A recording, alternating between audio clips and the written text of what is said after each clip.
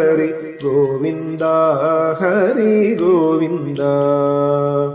വെണ്ണ, പാൽ, പഞ്ചസാര, പായസം എന്നിവയെല്ലാം ധാരാളം ഉണ്ണുകിൽ വേളുത്തിടും നിന്നൂടൽ കണ്ണനുണ്ണീ മാമുണ്ണണേ.